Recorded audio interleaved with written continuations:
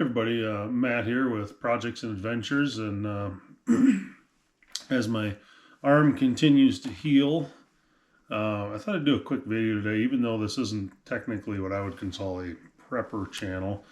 Um, Reasons to at least consider doing some minor, preparing for uncertain times in the future. 10 years ago, I had no interest in doing any sort of prepping at all. I just thought it was kind of silly. In fact, I remember a time we were actually cleaning out our cupboard because we had what we considered too much stuff in it, and we're like, yeah, we need to just get rid of this stuff. If we need it, we'll go to the store and get it.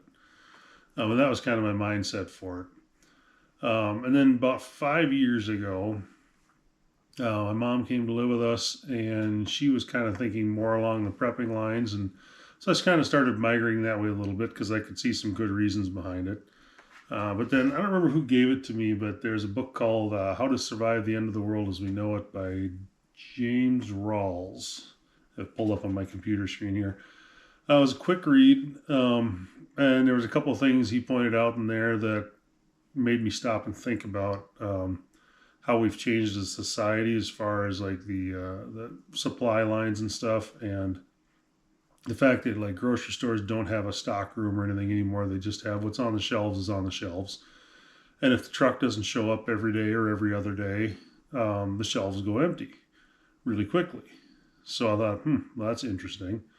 And then there was another thing he pointed out, and I don't know how accurate this is, but he seemed like he was pretty on top of his game. So your average person has 3 days worth of food in the house.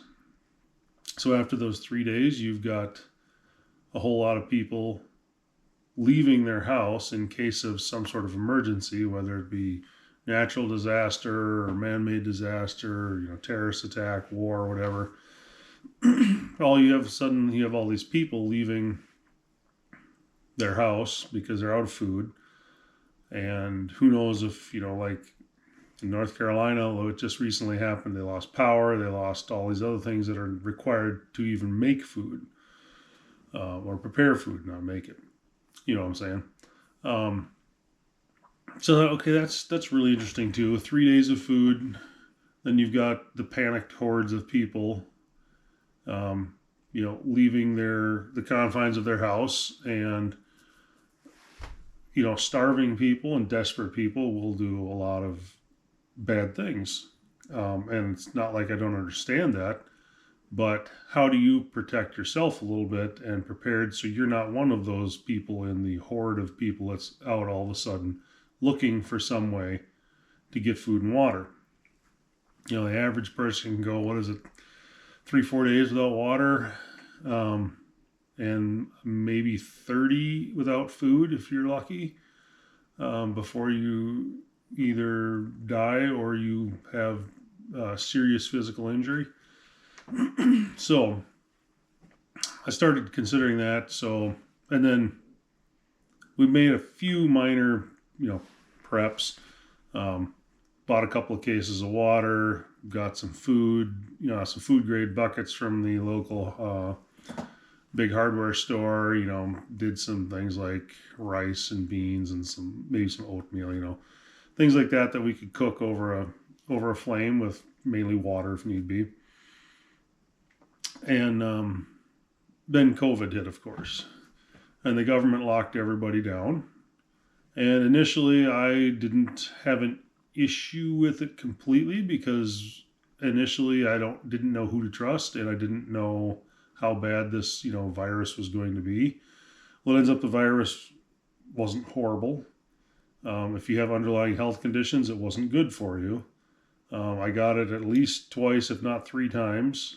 For me, the first time it was a 5-day fever and some body aches, and then I was fine. The second time it was 3 days of fever and body aches, and then I sheetrocked much of my garage while I was on COVID or had COVID. So, but the thing that struck me was the fact that once you shut down the semis, and the government tells everybody to isolate, and they don't make any plans on how to restock shelves, all of a sudden there's a lot of empty shelves. Toilet paper's gone, bottled water's gone, and all this stuff, food supplies gone. And all this stuff right now is very easy to get.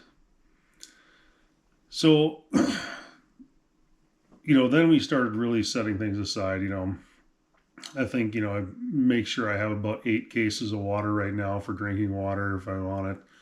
We moved out into the country. We sold our place in town and moved out into the country, partially because of this and partially because of some other things that were happening in our neighborhood that I didn't like. And so we have a well now, which is good for us. But then, as COVID came to an end, people started opening back up. And then I started looking at reading. I'd always kind of paid attention to the news, but I kind of started branching out from the alphabet news, the 3-letter alphabet, broadcasts, and realizing that there was a lot of things that they weren't talking about. And so I started paying attention to some of the smaller, but, as you dig into it, probably more accurate news broadcasts that are out there. And I realized, wow, every world leader we have right now, Joe Biden, Macron in France, this new guy, Starmer in England, Putin in Russia, Zelensky, everybody's in a race car driving towards a concrete wall that has the words World War III written on it. And everybody's seeing if they can get there first. And then everybody seems to think they can win it. So, and then on top of it, you have Sweden, I think it was Romania and a couple of the Baltic states, and even Russia, is reportedly, they're all putting out information to their citizens to prepare for World War III, natural disasters. They're telling people to get prepared. Have 2 to 3 weeks of food on hand. If you can build in a bunker into your house. All the Eastern European countries and some of the other, they're not Eastern European, but Scandinavian, they're all telling their population, get ready for something to happen and, have 2 to 3 weeks of food and water on hand so that you're not part of the problem if an emergency happens. You can self-sustain for just a little while. Now, I'm also a Christian. I believe in Revelation. I believe in the Bible cover to cover.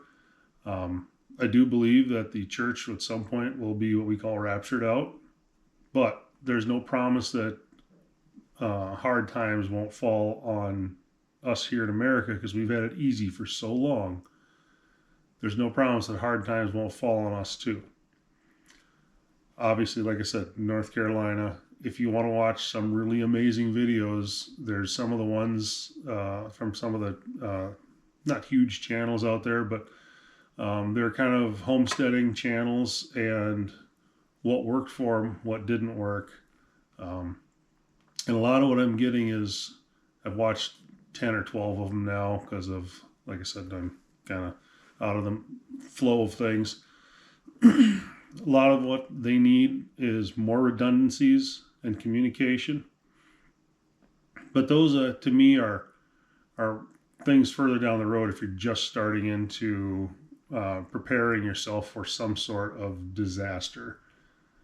My advice to you is, like I said, things are still plentiful right now. You can still get on Amazon and have, a truck drop off whatever you order in 2 to 3 days, sometimes less. Take $20 a week, $30 a week, whatever. Don't buy as many Starbucks coffees. Figure out a way where you can squirrel a little bit of money out each month and at least get yourself a corner in your closet that has 3 or 4 cases of water in it. Boxes, well, not boxes if you can, because the mice will get into that, but plastic containers with rice, beans, pastas, stuff that lasts a long time. Canned foods last for years. Have a can opener. And if nothing else, buy a little camp stove with a couple of propane tanks. That would at least give you the ability to cook if electricity supplies are disrupted. It gives you clean water to drink. If the water, system gets compromised, and if you don't think that can happen, just look at how embedded the Chinese and Russian hackers are in our water system and in our infrastructure. You have time right now to get ready for things that may or may not happen. So this may be money where, okay, you don't use it for a long time, and 6 months from now, you pull one of those cases of water out and you replace it with a new one, and you use up that case of water. Or, if you have a small bucket of rice in there, you pull that bucket out and you start using it to cook, and you rotate it out. You throw a date on it, rotate it out. It stands to reason to put something aside to help your family survive, because we are responsible. If you're a leader of a household, you're responsible to help your family survive in case of emergencies and to provide for them. And part of that is put aside 2 to 3 weeks worth of food and water, and probably a way to defend it. Go get yourself a Mossberg 500 or a Mossberg 88 and a couple of boxes of birdshot. If things really get bad, wherever you're at, I guarantee you when you rack a 12 gauge, whoever's at your front door trying to cause problems is more than likely going to go away. It's a very distinctive sound. So hit the subscribe button, hit the like button.